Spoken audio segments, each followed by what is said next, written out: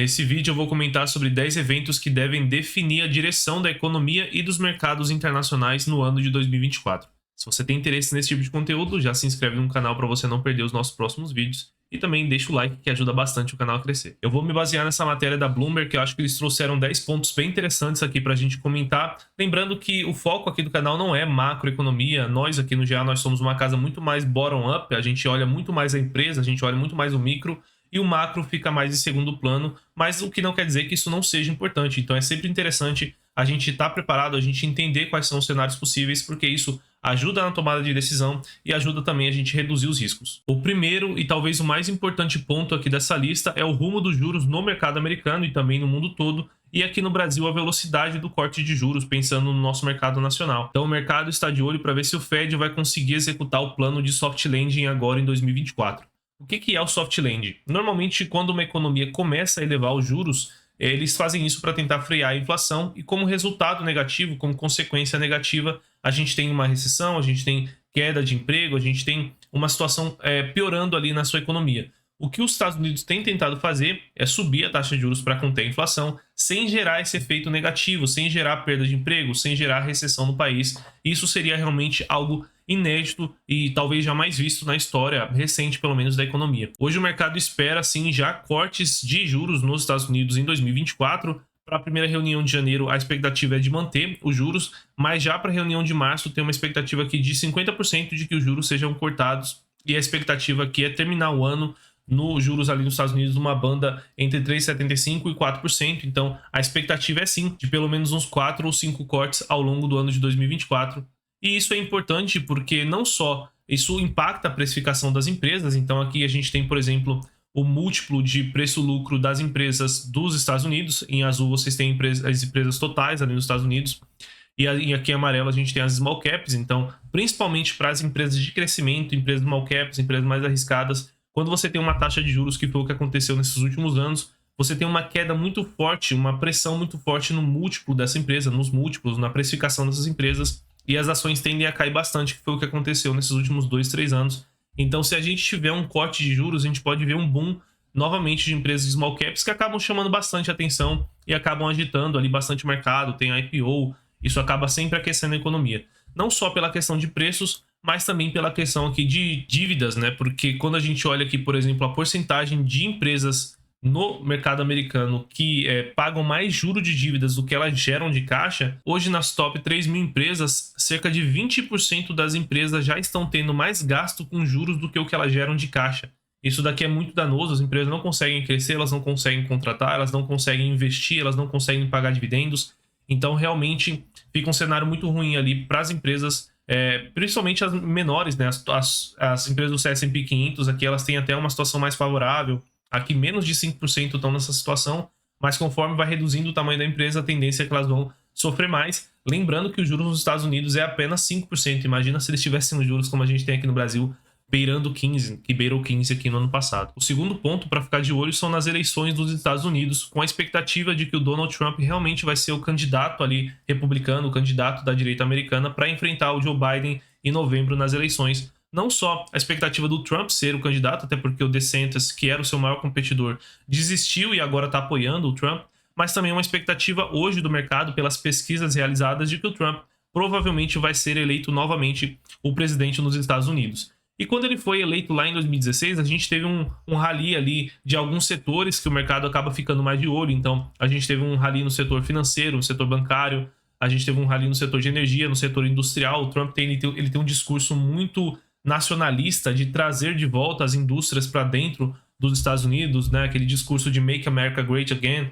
de trazer ali empregos para os Estados Unidos. Então, tem alguns setores que acabam se favorecendo caso o Trump ele seja eleito, né? Pelo menos o mercado acredita que ele se favorece, então isso pode levar a um rally nesses determinados setores. Lembrando também que o Trump ele tem um histórico ali de ser muito mais pró-mercado. Então, por exemplo, lá em 2017 ele fez um tax cut, ele cortou impostos numa proporção que não era vista desde 2009. Então isso acabou alegrando bastante as empresas, os CEOs, o mercado como um todo, né? Os analistas, o Wall Street, e isso aumentou bastante o lucro das empresas a partir ali de 2017.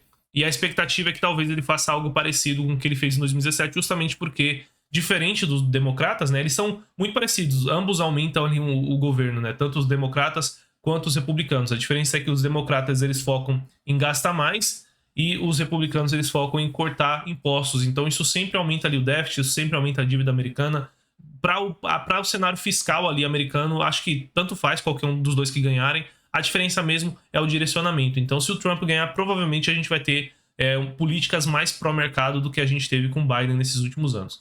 A gente fez aqui também um vídeo recente, né, tentando ponderar aqui, tentando imaginar que empresa poderia ser favorecida com uma vitória do Trump, inclusive respondendo a pergunta se a Taurus é uma dessas empresas. Então, recomendo vocês assistirem lá para vocês entenderem se tem sim esse impacto, se faz sentido esperar esse impacto, principalmente na Taurus, que eu acho que é a empresa que mais aparece nessas conversas quando tentam imaginar a empresa que vai ganhar mais e ser mais favorecida caso o Trump venha a vencer as eleições. O terceiro ponto para ficar de olho são as reformas no Brasil, principalmente para 2024. O mercado espera uma continuidade da agenda de reformas. Então, em 2023 a gente teve um novo arcabouço fiscal, a gente teve a reforma tributária.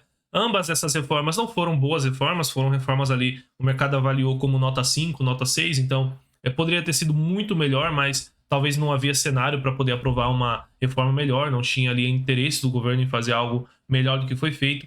E o mercado espera que o governo volte a ter um comprometimento de fato com as contas públicas, com zerar o déficit fiscal, com realmente ter uma política fiscal que amenize o risco Brasil, senão a gente não vai ter uma queda do dólar, senão vai ser difícil um corte de juros mais acentuado em 2024, então o mercado tem essa expectativa. Nos últimos anos a gente teve sim uma agenda bem reformista aqui no Brasil, então a gente teve o teto de gastos em 2016, reforma trabalhista, o fim da TJLP, a reforma da Previdência, o marco do saneamento, a autonomia do Banco Central, e agora em 2023 o novo arcabouço fiscal e a reforma tributária, e todas essas reformas, principalmente até 2021 ali, elas contribuem para esse crescimento que tem surpreendido o mercado em 2023. Então, o mercado aqui, que talvez esperava um PIB mais fraco em 2023, foi surpreendido justamente pelos efeitos de longo prazo que todas essas reformas aqui têm tido, principalmente a reforma trabalhista, que tem deixado aí um emprego mais forte, o marco do saneamento tem trazido bastante investimento, o teto de gasto que trouxe bastante segurança, o arcabouço fiscal, querendo ou não, deu também um alívio ali para os mercados no meio do ano passado, e a expectativa é de que se continue assim, porque tem bastante reforma ainda que o Brasil precisa fazer para crescer realmente de uma forma forte no futuro.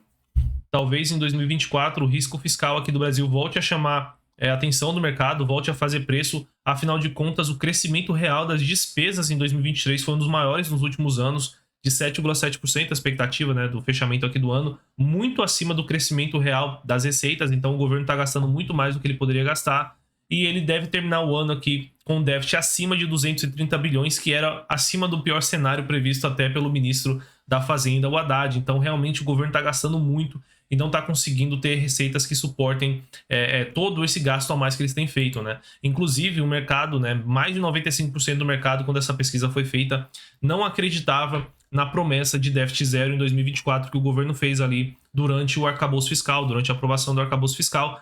Realmente vai ser muito difícil eles conseguirem zerar esse déficit, principalmente pela expectativa de que a gente vai ter um ano de 2024 com um pouquinho mais de desemprego, e se a gente tiver mais inflação ainda do que está sendo previsto e as receitas não conseguirem crescer num ritmo realmente relevante, num ritmo real relevante, a gente tem visto aí a queda das commodities que impacta o Brasil, a queda do petróleo principalmente, queda das commodities agro, que não vão mais ajudar em 2024, algo que ainda ajudou em 2023. Se isso acontecer, realmente eles não vão entregar esse déficit aqui e talvez o mercado comece a precificar lá pelo meio do ano. O quarto ponto para ficar de olho é no El Niño, especialmente no Brasil, como a gente tem um PIB aqui que 1/4 do PIB é do agronegócio. Quando a gente pega ali todos os setores que estão envolvidos no agronegócio, nós somos um país de agronegócio, então é muito importante para a gente. E o El Niño ele se aproxima aqui de níveis recordes. Então, só para a gente ter uma ideia básica do que é, o El Niño, basicamente, que é o que a gente tem hoje, ele acaba trazendo mais chuvas aqui para a região sul do Brasil e mais secas e clima quente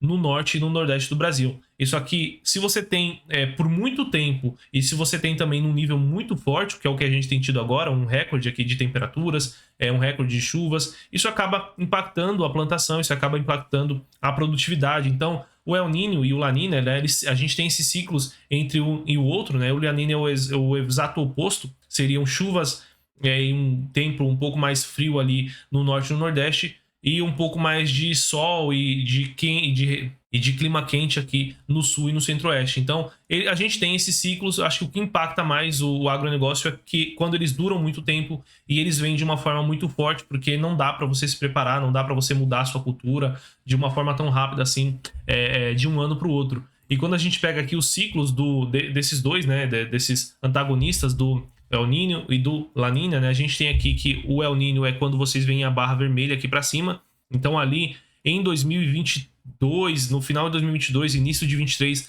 a gente teve o começo do La Niña, né, e ele tem sido muito forte realmente aqui, um nível muito acima do que foi em 2018, aqui parecido com o que a gente teve em 2016, mas realmente tem aí batido recordes. E aí a expectativa dos especialistas aí em clima é que a gente vai ter o final do El Niño agora em 2024, para a gente entrar agora novamente no ciclo aqui de La Niña e ver, né? E aí a gente tem que monitorar o quanto ele vai ser forte, o quanto que ele vai durar, mas realmente isso aqui tem impactado bastante as empresas do agronegócio. Recentemente, muitas empresas começaram a pedir ali recuperação judicial, então as recuperações judiciais, os pedidos de falência cresceram 300% em 2023, então o agro vinha de anos muito bons em 2020, 21, 22, e o El Niño foi tão forte, né, que bagunçou tanto ali os resultados das empresas que em 2023 subiu demais ali os pedidos de recuperação judicial, porque os produtores perdem ali sua plantação, não conseguem produtividade. Se conseguem produtividade, não consegue ser ali o suficiente para cobrir os custos que eles tiveram. Então, realmente, tem que ficar de olho nisso aqui. As empresas que mais podem ser impactadas são justamente as empresas do agro. A SLC, a Boa Safra, a AgroGalaxy, a Kepler, que já tem caído bastante, talvez precificando aqui, como a Kepler ela tem um contato maior ali com os produtores, talvez já precificando aqui essa queda na demanda ali pelos silos, com a dificuldade de produtividade, e a Três Tentos. Então tem que ficar de olho nessas empresas, são empresas, todas empresas interessantes, algumas aqui eu gosto mais do que outras, mas que com certeza podem ser impactadas aqui, falando em bolsa, né? Falando em PIB do Brasil, com certeza. Se a gente tiver uma piora no agro, a gente vai ter uma piora no PIB e talvez a gente não cresça tanto quanto se espera, porque o agro tem realmente segurado aí o PIB do Brasil nos últimos anos. O quinto ponto para ficar de olho é o avanço da inteligência artificial, que já marcou aqui o ano de 2023, mas a expectativa é de que essa narrativa e essa força de inteligência artificial continue sendo um dos fortes motores aqui para os mercados em 2024. Aqui a gente consegue ver, por exemplo, a menção da palavra inteligência artificial ou AI nos calls de resultados das empresas do S&P 500, que bateu recorde ali em 2023, já vinha subindo no início de 2023, mas seguiu aqui muito relevante, né? Seguiu uma palavra, seguiu uma menção, seguiu uma preocupação muito relevante dos principais CEOs aí das maiores empresas do mundo. Então segue sim sendo um tema relevante para 2024. E o impacto da inteligência artificial não é somente ali no mercado, na alta ou na queda das ações, é necessariamente no lucro também, na produtividade das empresas. Então a McKinsey aqui ela fez uma pesquisa e ela espera que a inteligência artificial contribua com mais de 4,4 trilhões por ano em lucro a mais para as empresas globalmente. Então realmente isso daqui tem uma possibilidade de ter um impacto transformacional em produtividade e lucratividade no mundo todo. E a gente tem aqui também a PwC, que fez uma pesquisa mostrando que o impacto de AI deve ser na casa de 15,7 trilhões de dólares no PIB mundial até 2030. E um dos países mais favorecidos seria a China, né, com 26,1% da fatia desse crescimento de PIB iria para a China. Os Estados Unidos aqui, na verdade, a América do Norte com 14,5%. E a América do Sul, né, que é a América Latina, na verdade, com 5,4%. Então seria realmente muito proveitoso aqui, muito bom para o mundo todo, realmente, esse incremento todo de produtividade e lucratividade que as inteligências artificiais e toda essa narrativa e as empresas ligadas à inteligência artificial têm trazido. E falando em mercado, em 2023, tudo que tinha alguma ligação direta à inteligência artificial acabou subindo mais. Então Meta, Microsoft, Google, Tesla e Nvidia acabaram segurando aí o S&P nas costas ao longo do ano, principalmente a Nvidia, que subiu mais de 200%, justamente porque tinham essa expectativa toda da narrativa de AI nos seus resultados e tem entregue essas expectativas. Então, vamos ver como é que vai ser daqui para frente. Talvez a gente não tenha aqui os mesmos nomes como os maiores vencedores de 2024, talvez já sejam empresas ali mid cap ou small cap que se favoreçam, né? Alguma tese ali que acaba se sobressaindo. Dificilmente, pode acontecer, mas dificilmente uma empresa que vale 1 trilhão como a Nvidia vai subir mais 200% para valer 3 trilhões aqui aí em 2024, mas o mercado nada é impossível, né? Pode acontecer se a gente tiver algum rally ali, algum movimento assim mais otimista, mas o natural é da gente esperar que alguma outra empresa vai surgir e vai ser a protagonista nesse ano de 24. O sexto ponto para a gente acompanhar é o governo do Milei lá na Argentina. Ele foi eleito no ano passado, já é presidente, já tem tentado fazer ali várias mudanças e reformas, então a Argentina ela deu uma guinada política à direita, então assim, eles foram realmente a uma direita muito mais liberal. O próprio Milei se classifica como anarcocapitalista, um economista anarcocapitalista que acredita 100% na liberdade do mercado, no livre comércio entre países e pessoas. E o Milei, né, ele, segundo aqui algumas análises, já tem começado o governo melhor do que o previsto, e a Argentina deve ter superávit em 2024, um país praticamente falido, com uma inflação de 200%, deve conseguir ter superávit em 2024, e o Brasil, que não tá bem longe dessa situação, não vai conseguir. O que diz muito aqui sobre a direção que a nossa economia tem tomado nos últimos anos, tá? Então, assim, o Milei começou de uma forma positiva, com reformas liberalizantes, com a expectativa de privatizações lá na Argentina, o que deve impactar positivamente a economia. E isso importa pra gente, né? Importa pro Brasil, por quê? Principalmente por dois motivos. Principalmente porque a Argentina, o primeiro motivo é porque a Argentina é um dos nossos maiores parceiros comerciais, então acaba impactando sim, se eles conseguem crescer lá e crescer mais, eles acabam impactando também o nosso PIB, a gente consegue crescer mais e a gente tem trocas, isso é bom para os dois. E também, pensando em bolsa de valores, a gente tem várias empresas que têm receitas relevantes atreladas à Argentina. A gente tem, por exemplo, a Ambev com impacto de quase 10%, a CVC com 15%, a Minerva com 10% de impacto na receita, também tem a Uzi Minas com 5%, Marco Polo com 8%, e outras empresas que nem estão listadas aqui, por exemplo, a MAHLE Metal Leve, ela tem uma operação bem relevante lá na Argentina, então isso pode impactar essas empresas, principalmente as empresas ligadas ao setor industrial, setor automotivo e o setor de carnes, né? Sem contar outras empresas, por exemplo, a Nubank, ela evita ali entrar na Argentina justamente porque tinha muita instabilidade política e econômica naquela região. Então, se o Milei conseguir acertar ali a região, nem que demore ali 2, 3 anos, talvez a Nubank comece a entrar, por exemplo, na Argentina e acessar um mercado que ela não acessava antes. Então, a Argentina ir bem favorece bastante o Brasil e as empresas que a gente tem listadas aqui na bolsa. O sétimo ponto para ficar de olho é na guerra do Oriente Médio, que ainda está rolando, mas principalmente por conta das incertezas que isso traz ao mercado e a volatilidade ali, principalmente no petróleo, que é talvez a commodity mais importante do mundo. E isso é importante porque, né, nos últimos anos, ali a partir do C19, da crise que a gente teve em 2020, o petróleo subiu bastante por conta da queda de oferta e da alta de demanda, e chegou ali a bater mais de $100 em 2022, junho de 2022, e veio ali se arrefecendo até o meio de 2023, ali pouco antes do início dos conflitos ali na região do Oriente Médio. Quando a gente teve o início dos conflitos, né, isso acabou aumentando também ali o preço do petróleo, e isso acaba impactando o mundo todo. É bom sim para as empresas que produzem petróleo, mas para o resto do mundo não é tão bom assim, justamente porque isso dificulta o ritmo de corte de juros. Afinal de contas, o petróleo subindo, ele acaba subindo gasolina, acaba subindo energia, o que sobe ali provavelmente a expectativa de inflação. Então, um petróleo num nível de preço ali muito alto, acima da média, acaba dificultando também o trabalho aí dos bancos centrais no mundo. E lá naquele momento ali, pós início desse conflito, ali foi em outubro, né?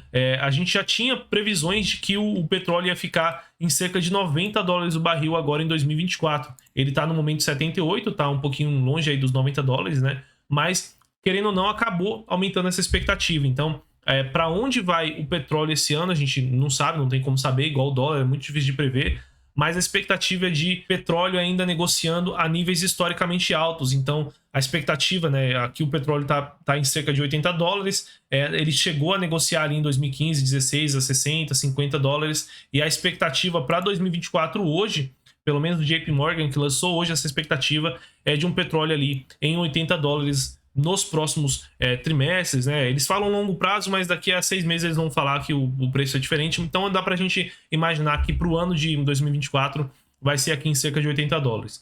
Quem se beneficia disso são as nossas petroleiras aqui no Brasil.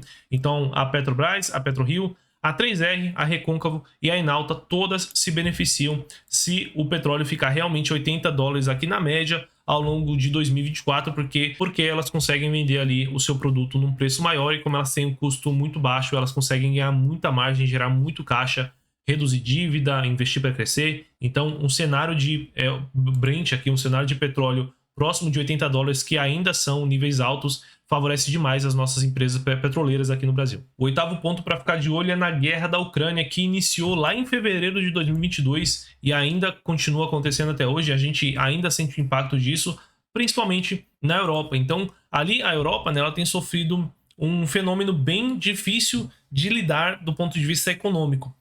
Por conta ali dos conflitos que se iniciaram, várias sanções foram aplicadas à Rússia e isso acabou impactando ali os preços de energia de toda a Europa, que acabava não conseguindo ali comprar energia que vinha mais barato, principalmente da Rússia, que era um dos principais parceiros que eles tinham. Então, a partir ali de 2022, o preço da energia aumentou bastante na Europa. Isso dificulta a produção interna deles, a indústria interna da Europa fica mais cara, então o mundo todo começa a comprar de outros lugares, inclusive do Brasil. E isso também acaba impactando a inflação, o que fez com que a Europa tivesse aumentado os juros nos últimos anos para tentar conter a inflação. E se você aumenta os juros demais, você acaba causando recessão, que é o normal, diferente do que está acontecendo nos Estados Unidos, que é bem estranho. O normal é acontecer o que está acontecendo na Europa. Então eles aumentaram os juros e o PIB tem caído, né? O crescimento do PIB tem desacelerado e a Europa, a zona do euro ali, deve ter na maior parte dos países uma recessão no final ali de 2023, início de 2024. Então aqui a gente consegue ver o crescimento do PIB nos últimos anos. Saindo ali da crise em 2020 e 2021, a gente teve um crescimento até que interessante de 2% trimestral, 2% no outro trimestre. E vocês vejam como começou a cair e desacelerar a partir ali do conflito que foi no primeiro trimestre de 2022. E agora a gente já teve um PIB negativo na zona do euro na última metragem que foi feita no último trimestre. E a expectativa é que isso aconteça de novo, trazendo a zona do euro para uma recessão ainda em 2023. Apesar da recessão, a Europa não está conseguindo ter ainda um nível de inflação muito baixo que permita com que existam cortes de juros mais relevantes, como a gente já tem visto nos Estados Unidos. Então, aqui a gente consegue ver, por exemplo, a inflação da zona do euro, né? Realmente pegou mais ali em 2022, tem caído, mas ainda a expectativa de um longo prazo ainda não está dentro da expectativa do Banco Central Europeu. Inclusive, a Christine Lagarde, lá, que é a Roberto Campos Neto, né, da Europa, que é ali presidente do Banco Central da Europa, ela colocou ali um pouco de água no chope dos mercados, falando que a precificação de corte de juros mais agressiva acaba atrapalhando os esforços contra a inflação. Então, ela bateu nessa tecla de que enquanto o mercado ficar esperando que os juros vão ser cortados na Europa, isso acaba elevando a expectativa de crescimento, as empresas investem, isso gera crescimento econômico, isso faz com que a inflação acabe durando até mais tempo do que deveria durar. Então, isso acabou derrubando as bolsas. E agora a gente fica nessa expectativa e nessa dúvida de se a gente vai ter cortes em 2024, deve ter, né? Mas qual vai ser a velocidade e qual vai ser essa intensidade de cortes de juros na Europa, até porque quando a gente pensa em economia, né, pegando ali toda a zona do euro, são realmente muito relevantes e muito importantes e tem muita empresa lá que acaba impactando no mundo todo. O nono ponto para ficar de olho são as eleições do México, o fim da era lá do Andrés Manuel, que é o atual presidente do México, que é um país que a gente normalmente não ficaria tão de olho assim, mas que é um país muito importante na tese do nearshoring. O que é nearshoring? A gente teve ao longo dos últimos 20 e 30 anos uma tese de globalização, onde os países e as empresas tentaram colocar ali, espalhar os seus processos de produção no mundo todo, levando um pouco do processo de produção para a China, um pouco para a Índia, um pouco dos Estados Unidos, um pouco para a América Latina, para tentar não depender de país nenhum. O problema é que quando chegou em 2020 e 2021, com o fechamento das economias, os países perceberam que eles dependiam demais da Ásia, dependiam demais da China e começaram a pensar em trazer mais para perto ali